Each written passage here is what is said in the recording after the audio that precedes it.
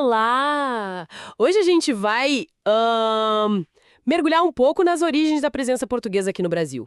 Vamos usar uns trechos de um documento sobre a história do país, sabe? A ideia é entender mesmo como tudo começou, desde as primeiras viagens, né, até as tentativas iniciais de organizar esse território imenso. E olha, mais do que só decorar a data, a gente quer investigar as motivações, né? O que levou Portugal a se lançar ao mar? Como foram os primeiros contatos, as primeiras atividades econômicas e como eles pensaram em administrar isso aqui no começo. O porquê e o como é isso que buscamos. O contexto, claro, é Portugal lá no século XV, um pioneiro nas grandes navegações. Tinha busca por riqueza, especiaria, um caminho novo para o Oriente, para fugir do monopólio ítalo-turco. E Portugal já estava politicamente mais organizado, né? Tinha experiência de navegação, tecnologia, tipo a caravela, a bússola, e o Tratado de Tordesilhas, né? Dividindo as terras com a espolha. Exatamente. E aí, nesse cenário todo, que entra a expedição do Cabral, em 1500. O destino oficial, bem, era a Índia. Mas a frota deu uma desviada para o oeste. Proposital ou não, né? Sempre essa discussão. Pois é, ainda se debate muito isso. O fato é que, em 22 de abril, eles avistaram terra, o Monte Pascoal. Primeiro chamaram de Ilha de Vera Cruz, depois Terra de Santa Cruz. E o relato mais famoso, a carta do Pero Vaz de Caminha, é interessante porque descreve a terra, o pessoal que vivia aqui, mas sem demonstrar, assim, um grande espanto, sabe? Essa falta de espanto na carta que a fonte menciona é intrigante mesmo. O que será que isso sugere? Talvez já soubessem de algo? Alimenta muitas teorias, né? Pode ser que a chegada não foi tão por acaso assim, ou que já circulava alguma informação em Portugal sobre terras por aqui. De qualquer forma, nos primeiros 30 anos, mais ou menos, naquele chamado período pré-colonial, o interesse de Portugal pareceu meio limitado. O foco ainda era outro lugar, né? Isso, o foco era o comércio com as Índias. Dava mais lucro, né? E aqui, de cara, não acharam ouro nem prata. E aí? O que eles faziam aqui, então, nesse começo? Basicamente, a atividade principal era tirar pau-brasil, uma madeira muito valiosa lá na Europa para tingir tecidos. Ah, sim, a tinta vermelha. Exato. E a exploração era feita na base do escambo, da troca. Os portugueses davam objetos simples para os indígenas, tipo ferramenta, espelho, em troca da madeira. E para apoiar isso, montaram as feitorias. Isso, as feitorias. Eram tipo uns postos comerciais fortificados, mas temporários. Não era para morar, era para negociar e guardar a madeira. Isso mostra bem que a ideia inicial não era colonizar de verdade, sabe? Era mais extrair o que dava e ir embora. Faz sentido. Pontos de coleta, né? Mas tiveram expedições também para reconhecer melhor a costa. Sim, sim. Tiveram as expedições exploradoras mesmo, tipo as do Gaspar de Lemos, Gonçalo Coelho, para mapear melhor. E também as chamadas guarda-costas, como as do Cristóvão Jacques. Para que essas? Para proteger. Isso, para tentar espantar navios de outros países, principalmente os franceses, que também estavam de olho no pau-brasil. Ah, os franceses. Essa presença deles parece que foi um fator chave para Portugal mudar de ideia, né? O que levou eles a decidirem a colonizar para valer mesmo, lá na década de 1530. Olha, as fontes indicam principalmente duas coisas. Primeiro, essa ameaça estrangeira crescendo. Os franceses estavam cada vez mais presentes, desafiando o controle português. E segundo, o comércio com o Oriente, que era a galinha dos ovos de ouro, começou a dar sinais de desgaste, de declínio. Entendi. Então ficou meio que urgente ocupar a terra para garantir que era deles, né? E talvez achar outras riquezas. Exatamente. Ocupar para não perder.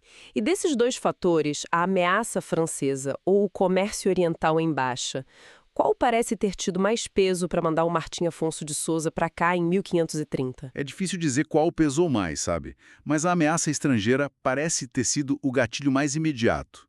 A missão do Martim Afonso era bem clara: patrulhar, expulsar os franceses, procurar metais e, o ponto crucial, começar o povoamento. E ele fez isso. Fez.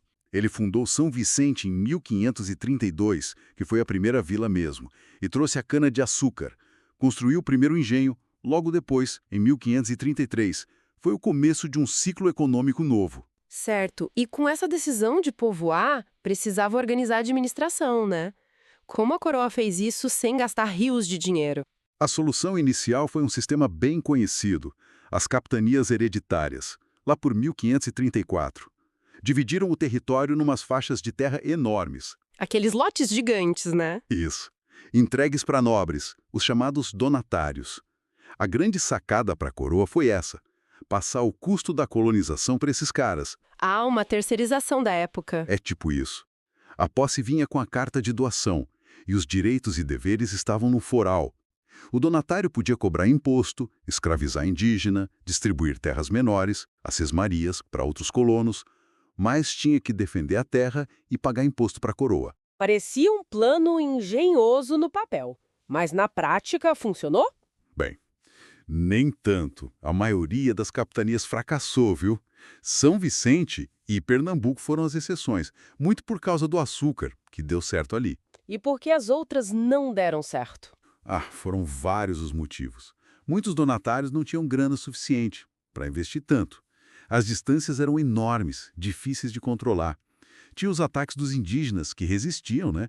E às vezes era desinteresse mesmo do donatário. O desafio era muito grande para uma pessoa só bancar. Entendi.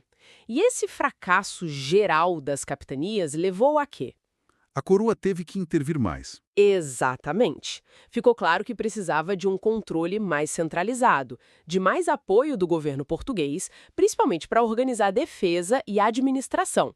Aí criaram o Governo Geral, em 1548. E sim com uma administração mais direta. Isso. O primeiro governador-geral foi o Tomé de Souza. Chegou em 1549. Ele fundou Salvador, que virou a primeira capital. E trouxe com eles primeiros jesuítas, tipo o Manuel da Nóbrega, para começar a catequese dos indígenas. E como funcionava esse governo geral? Tinha uma estrutura? Tinha, sim. Para ajudar o governador, criaram uns cargos importantes. O ouvidor-mor, que cuidava da justiça, o provedor-mor, que organizava as finanças, os impostos, e o capitão-mor, para coordenar a defesa da costa. Entendi. A ideia era unificar mais as coisas, né? Dar um gás na economia, aplicar justiça do rei e, claro, garantir o lucro para Portugal. Isso. As capitanias não sumiram de uma vez, elas continuaram existindo por um tempo. Mas o poder ficou mais concentrado ali no governador-geral em Salvador. Perfeito. Então, olha o caminho que a gente percorreu.